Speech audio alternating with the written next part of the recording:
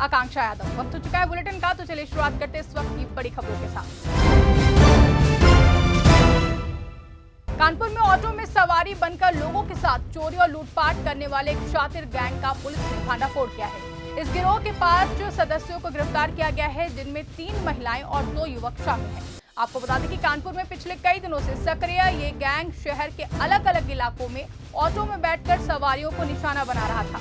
Police को लगातार मिल रही शिकायतों के बाद टीम इस गिरोह की तलाश में जुटी हुई थी। देर रात बर्रा थाना क्षेत्र के गल्ला मंडी इलाके में चेकिंग के दौरान पुलिस ने एक संदिग्ध ऑटो को रोका। इस दौरान ऑटो चालक ने पुलिस पर फायरिंग कर दी और मौके से भागने की कोशिश की, जहां पुलिस ने घेराबंदी कर आरोपी को पकड़ लिया है। वहीं जवाबी कार्रवाई में एक आरोपी के पैर में गोली भी लगी है, जिसके बाद उसे गिरफ्तार कर लिया गया। गिरफ्तार आरोपियों के पास से 315 बोर का तमंचा, खोखा कारतूस, लूट का सामान और एक चोरी का ऑटो बरामद किया गया है। पूछताछ में चौंकाने वाला खुलासा हुआ है कि ये गैंग एक छोटे बच्चे का इस्तेमाल करता था। बच्चा उल्टी दस्त का बहाना बनाकर सवारियों के पास बैठ जाता था और उसी दौरान उनका बैग और कीमती सामान चोरी कर लिया जाता था। डीसीपी दक्षिण दीपेंद्र नाथ चौधरी ने बताया कि गिरोह का मुख्य आरोपी अभिषेक है, जो कि कानपुर का रहने वाला है, जबकि अन्य आरोपी चंदौली जिले के निवासी हैं।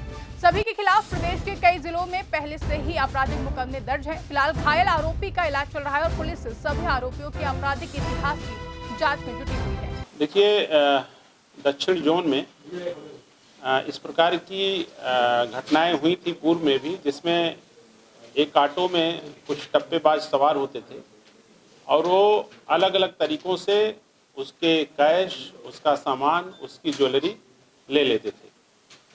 इस 23/3 को एक घटना हुई थी दामोदर नगर के पास, जब एक महिला उसी ऑटो में जा रही थी, तो इन्होंने एक बहाने से वोमिटिंग करी, उसके ऊपर उल्टी करी, और उसके बाद जो जब महिला का ध्यान थोड़ा सा डाइवर्ट हो गया तो इन्होंने उसका मंगलसूत्र चोरी कर लिया था। इसमें लगातार हमारी 3 टीमें थाना बर्रा की, एडीसीपी साहब और एसीपी साहब, सभी का नेतृत्व इसमें रहा है और इसमें लगातार हमारी एक्सरसाइज चल रही थी और इसमें लगातार हम लोग फुटेज देख रहे थे। इसमें फुटेज के माध्यम से ऑटो को हम लोगों ने ट्रेस कर लिया था और उसके बाद जो है इस पूरे इस ग्रुप में शामिल सभी अभियुक्तों की गिरफ्तारी के लिए टीमें लगाई गई थी। कल रात में फिर ये सूचना मिली थी कि हिंगलाज मंदिर के पास में ये ऑटो मौजूद है और पुनः वो गैंग ऐसे भोले भाले लोगों को चीट कर सकता है। इस सूचना पर हमारी टीमें वहाँ गई और मौके से इसमें एक अभियुक्त फरार हो गया था और शेष अभियुक्त वहाँ से गिरफ्तार हुए थे। इसमें टोटल 5 अभियुक्त थे। 4 की गिरफ्तारी रात्रि में लगभग 2 बजे की गई, लेकिन एक शातिर अभियुक्त अभिषेक वो मौके से फरार हो गया था, जिसकी तलाश में पुनः 3 टीमें लगाई गई और फिर रात में लगभग 3:30 बजे के आसपास कररही रोड के आगे इसको जब इसका पीछा किया गया तो इसने पुलिस पर जान से मारने की नीयत से टीम पर फायर किया था और जवाबी फायरिंग में पुलिस ने जब फायर किया तो इसके एक पैर में गोली लगी थी और गिर गया था। इसको इलाज हेतु हाईलाइट हॉस्पिटल भर्ती कराया गया है।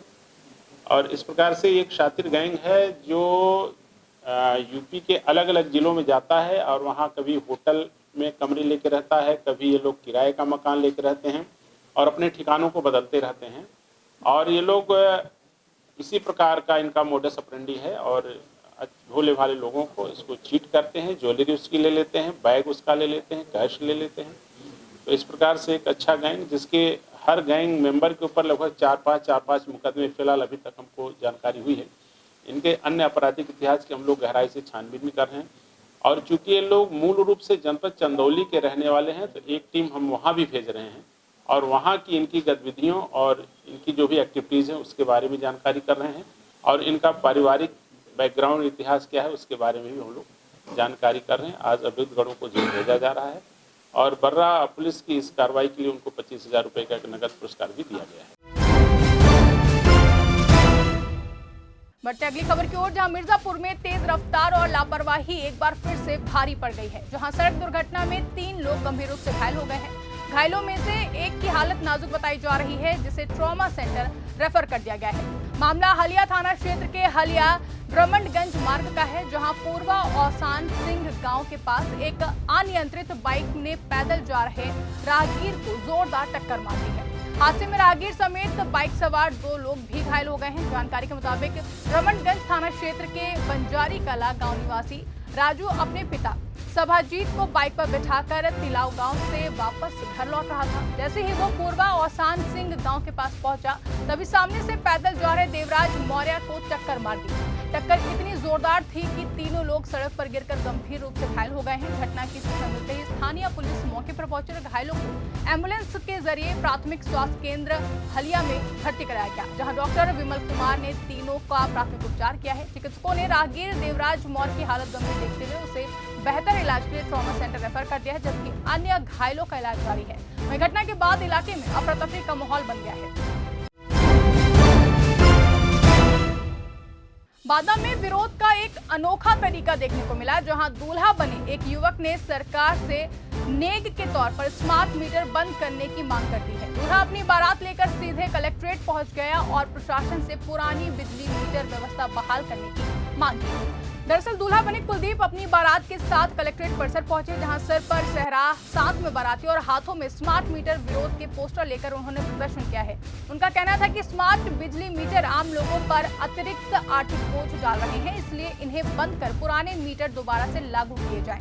दूल्हे के साथ पहुंचे बारातियों ने भी सरकार के खिलाफ जमकर नारेबाजी की है। बारात में शामिल समाज सेवी एस नोमानी ने कहा है कि बढ़ती महंगाई के बीच आम आदमी के लिए 2 वक्त की रोटी जुटाना मुश्किल हो गया है।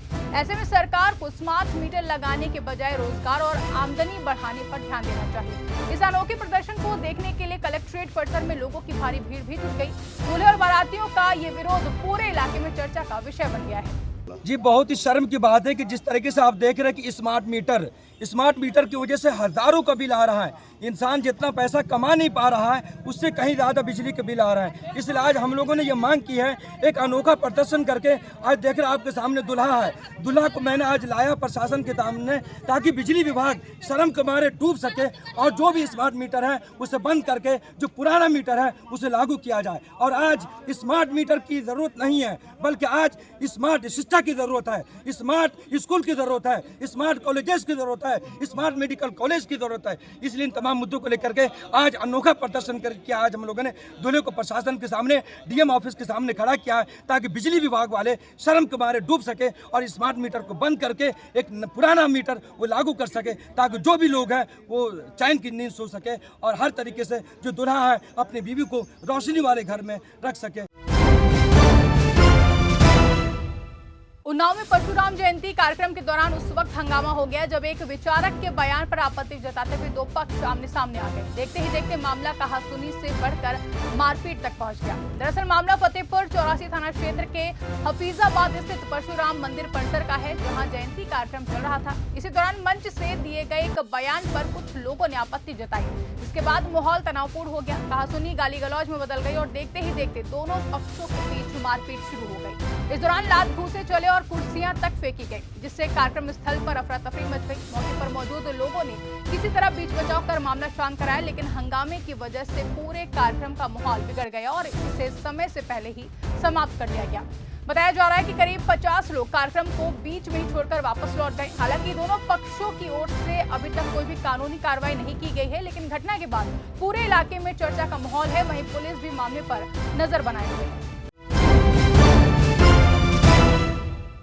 जम्मू कश्मीर के पहलगाम में हुए आतंकी हमले को 1 साल पूरा हो गया है। इस हमले में 26 निर्दोष भारतीय नागरिकों की निर्मम हत्या कर दी गई थी। कानपुर के रहने वाले शुभम द्विवेदी भी इस हमले में शहीद हुए थे। अब उनकी बरसी पर कानपुर में श्रद्धांजलि सभा का आयोजन किया जा रहा है, जहां पहलगाम आतंकी हमले की पहली बरसी पर मृतक शुभम द्विवेदी की पत्नी ऐशान्या द्विवेदी ने एक विशेष कार्यक्रम आयोजित करने का निर्णय लिया है। ये कार्यक्रम के जरिए शुभम समेत सभी 26 मृतकों को श्रद्धांजलि दी जाएगी।